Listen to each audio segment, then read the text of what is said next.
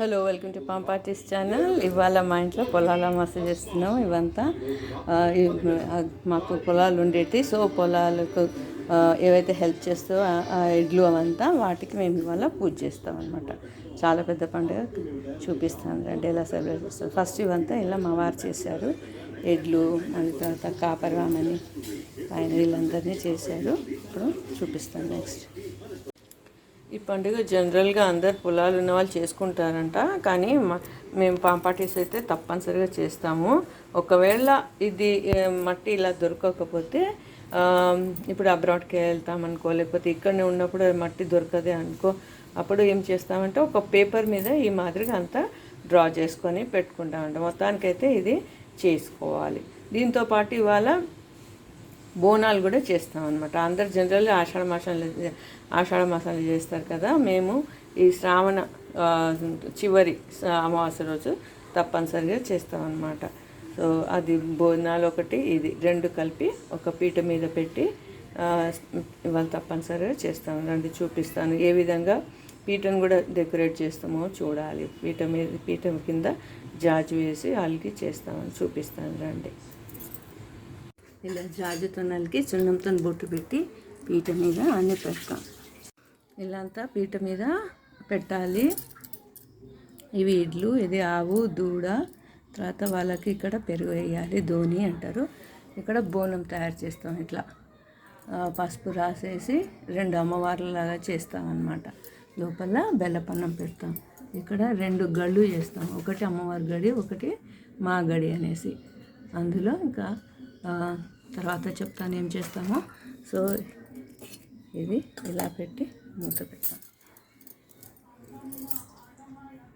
So ఇలా decorate చేస్తాం. ఇది మెయిన్గా ఏంటంటే కడుపులో ఉన్న పిల్లల కోసము మొక్కుకుంటూ నవ్వుతామన్నమాట. ఇది ఏం చేయాలంటే ఇది డొప్ప అంటారు. యాక్చువల్లీ మోదాకు దొరికేది, దాంతో చేసేవాళ్ళు వెనకట్ల. కానీ ఇప్పుడు మనకు దొరకట్లుగా నేను పేపర్ ప్లేట్ని ఇలా మలిచేసి కుట్టాను ఒక బౌల్ లాగా. సో దీంట్లో ఈ ఒక్కొక్క దాంట్లో 5 కజ్జికాయలు పెట్టాలి, పెసరపప్పు పూర్ణంతో చేసింది.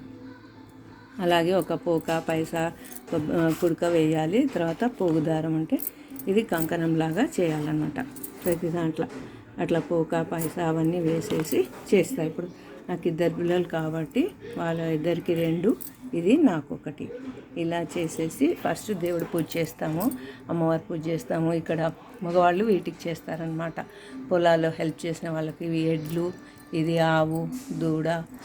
సో పసుల కాపరవాడు, ఆ పసుల కాపరవాళ్ళ ఇలా చేసేసి తర్వాత నేనేమో బోనం చేసుకున్నాక దానికి అమ్మవారికి పూజ చేస్తాను. చేసేసాక తర్వాత ఇవి పెట్టి 3 నూనుకుంటాం. పిల్లల పేరు మీద అందరు బట్టలు పెట్టాలి. ఏం లేకపోతే కనీసం ఖర్చులైనా పెట్టుకోవాలి. మళ్ళీ మిగతా పిల్లలకి, నా మనవరాళ్ళకు, అల్లుడికి, కోడలికి కూడా పోగుదారం చేసి పెట్టాను అనమాట. సో కడుపులో ఉన్న పిల్లలకి నోముకున్నాక ఇది పెట్టి వాళ్ళకి దీవించాలి, ఆశీర్వదించాలి, మంచిగా ఉండాలి అనేసి. వెనకటి ఏంటంటే చాలామందికి పిల్లలు పుట్టిపోయేవాళ్ళంట. ఈ అమ్మవారి పూజ చేశాక అందరికీ మంచిగా పిల్లలు అలాగే బ్రతికి ఉన్నారు కాబట్టి తప్పనిసరిగా మేము చేసుకుంటాం మా పిల్లల క్షేమం కోసం. ఒకవేళ పిల్లలు అబ్రాడ్లో ఉండి అక్కడెక్కడైనా దూరంగా మనకు ఉద్యోగం మీద ఉంటే అప్పుడు వరుస ఉన్న పిల్లలకన్నా ఇలా పిలిచి ఇస్తాం, కంకణం కడతామన్నమాట. ఇది మా పొలాల అమావాస్య ప్రొసీజర్. పూజ అయ్యాక మళ్ళీ చూపిస్తాను. సో ఇక్కడ 2 గళ్ళు అని చెప్పాను కదా. పూజ అయ్యేటప్పుడు ఏం చేస్తానంటే కనిపిస్తుందా, అది వైట్ నెయ్యి. 2 ఫింగర్స్ ఉంటాయి కదా, పాయింటెడ్ ఫింగర్కి నెయ్యి రాస్తాము, మిడిల్ ఫింగర్కి పసుపు నీళ్ళు రాస్తాము. నెయ్యి రాసిన దానికి అమ్మవారి గళ్ళలో రుద్దాలి. అమ్మ నీ ఇంట్లో అంతా నేను నెయ్యితో నలుకుతున్నాను. మళ్ళీ తర్వాత ఈ మిడిల్ ఫింగర్ పసుపు రాసింది ఆ నెక్స్ట్ గళ్ళలో రుద్దుకుంటూ నా ఇంట్లో చాలామంది పిల్లలు తిరగాలి, మంచిగా ఉండాలి, నా పిల్లలు క్షేమంగా ఉండాలి అని మొక్కాలి. అది మా పద్ధతి. ఇది దేవుడికి నైవేద్యము. సో అన్నము, తర్వాత బచ్చల కూర పప్పు చేయాలి, అది చేశాను. తర్వాత ఇది బీరకాయ పచ్చడి, ఇది దోసకాయ పచ్చడి, ఇది చింతకాయ పచ్చడి, ఇది పూర్ణము. తర్వాత కొంచెం మజ్జిగ చారు కూడా ఇందులో పోసేసాను. పొట్లకాయ పచ్చడి చేయాలి కానీ ఇవాళ దొరకలేదు కాబట్టి చేయలేదు. సో ఇవన్నీ పచ్చి అన్నమాట. ఇది మా నైవేద్యం. సో పూజ అయ్యాక నైవేద్యం పెడతాను. పూజ ఇప్పుడే పూజ అయిపోయింది. సో ఈ మాదిరిగా పూజ చేసుకుంటాం. ఇక్కడ అందరు బట్టలు పెట్టుకుంటాము, ఇట్లా చేసుకుంటాము. ఇప్పుడు నా కొడుకు బిడ్డ ఉద్యోగరీతో కొంచెం దూరంలో ఉన్నారు కాబట్టి కొడుకు వరుసలో ఉన్న వాళ్ళని పిలుచుకుంటాను. వాళ్ళకు కంకణం కట్టి అది డొప్పలు ఇస్తాను అన్నమాట. ఇది మా పొలాల అమావాస్య.